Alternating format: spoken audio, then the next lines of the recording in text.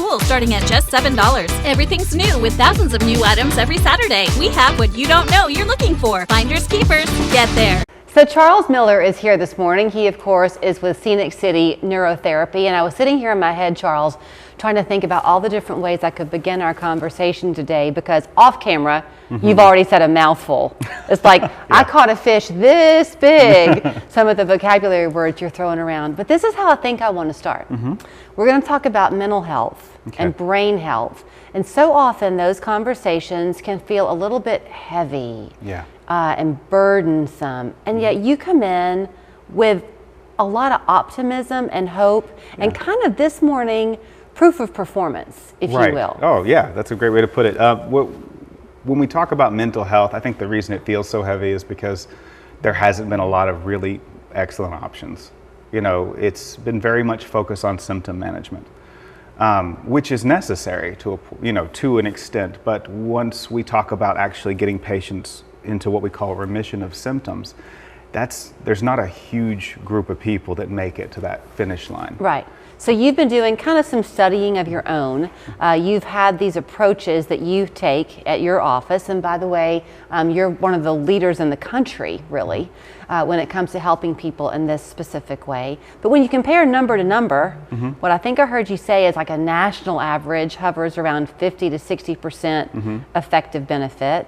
Yours is at 85%. Yeah, we're floating between 83 and 85% based on the current data that we've produced from our clinic. So our clinic at Scenic City Neurotherapy, we've been around since 2019, and we've been utilizing treatments like TMS and ketamine infusion therapy according to how the science tells us to use it. And that's really, it seems like that's something that would be easy to follow. There's very clear guidelines. There's a very correct way to give and do these treatments. But what we have found is that nationally people compromise these protocols, I guess is probably the best way to say it, to increase ease of access for the provider themselves or for the patients, which we want to improve access, but not by sacrificing quality of care. So you're looking, you can imagine being in your science class in high school and the experiments that you would do, right? And so you're looking at not what you're doing. Everyone's using, theoretically, the same treatment, if you will. It's how you're utilizing yours, and that's where you get this great result. Right. So we, several years ago, put together protocols because there was not just a way to administer, specifically ketamine infusion therapy. People were just giving it. They would just give ketamine, and there was no real structure to the process. Then Yale had produced some literature back in the early 2010s that showed that it works best if we give it this way over this amount of time, and when we do that, patients do better. And so we're like, well, okay, we'll do that. Well, some clinics went that way and some clinics didn't. The problem is that there's getting ketamine and there's ketamine infusion therapy. The process is ketamine infusion therapy. So we created a process that maximizes all of using the science that is already out there. We maximize benefit for the patient by focusing specifically on the things that we know have always worked. So this Yale study that you mentioned, you said some took it and went that way, some didn't.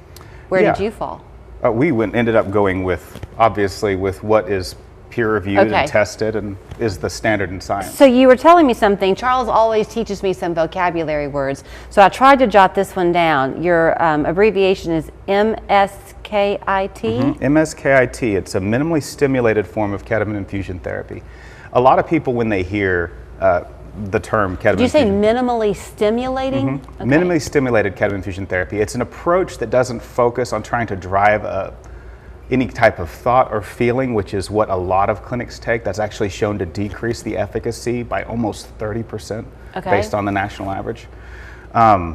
What we're doing is focusing on neuroplasticity, and that's a big word. What that means is your brain's adaptability, ability to grow new connections in a mappable, measurable way. It's like upgrading the processor in a computer. What we're doing is we're not changing the programs that run every day. We can't optimize the external factors in your day-to-day life. What we do is we help you do the hard better. Oh, okay. So run the programs in a more effective way let's do a workout analogy. You know, I love an analogy. So the minimally stimulated versus the people who you say kind of give you so much that it alters how you feel. That's like the treadmill that does the work for you. And then you're the runner actually doing your whole body workout? Kind of, yeah. It's like, it's not even, it's like you can either do too much or you can do too little. What we find actually is most places, out of convenience for whatever reason, they're leaning on the low side of things. It's like patients need to reach at least this level before they see good. And if we go above this level, we have this therapeutic range where this works. If we go too high, we lose benefit. If we go too low, we lose benefit. But if we keep the patient within this perfect range, which we're able to do with our protocols, you know, we see improvement of greater than 35% over the national average.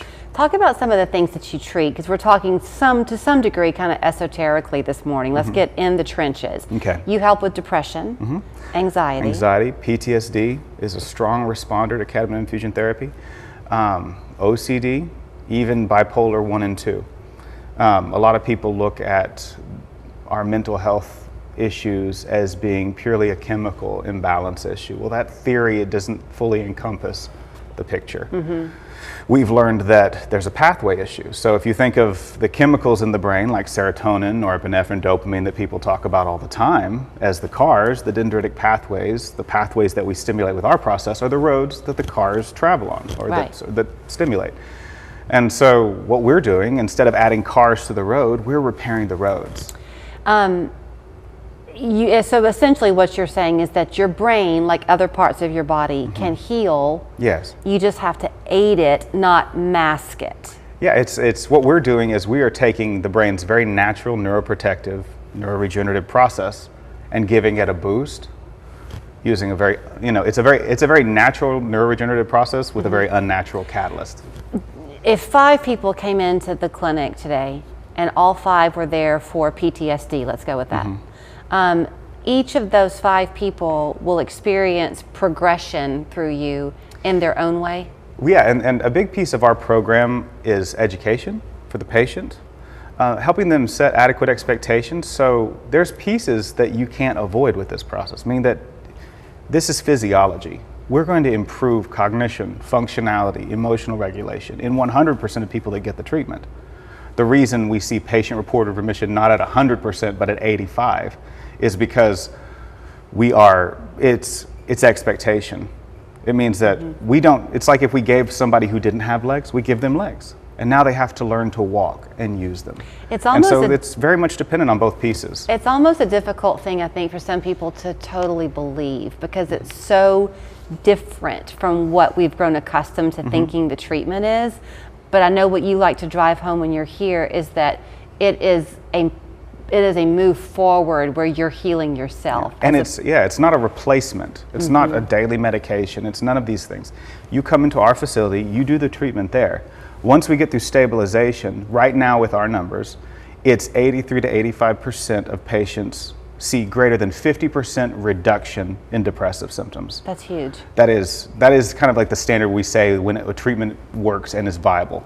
But then there's also then out of that 83 to 85%, 56% no longer qualify for the diagnosis of depression. I do want to go ahead and show you how to reach out to them. And by the way, if you are a veteran, Charles worked really hard with the VA here in Tennessee, and so they will cover this for you. Don't let costs be something that prevents you from getting the help you need. Scenic City Neurotherapy, that's their website. You can call them 228-0579. Again, he said education is a big part of what they do, so he will want to talk and talk and talk to you before they do anything. I love talking to you.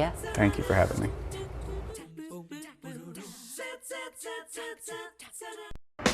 Begin a career with the Local 3 team as a full-time master control operator. Your critical role ensures people see the quality programming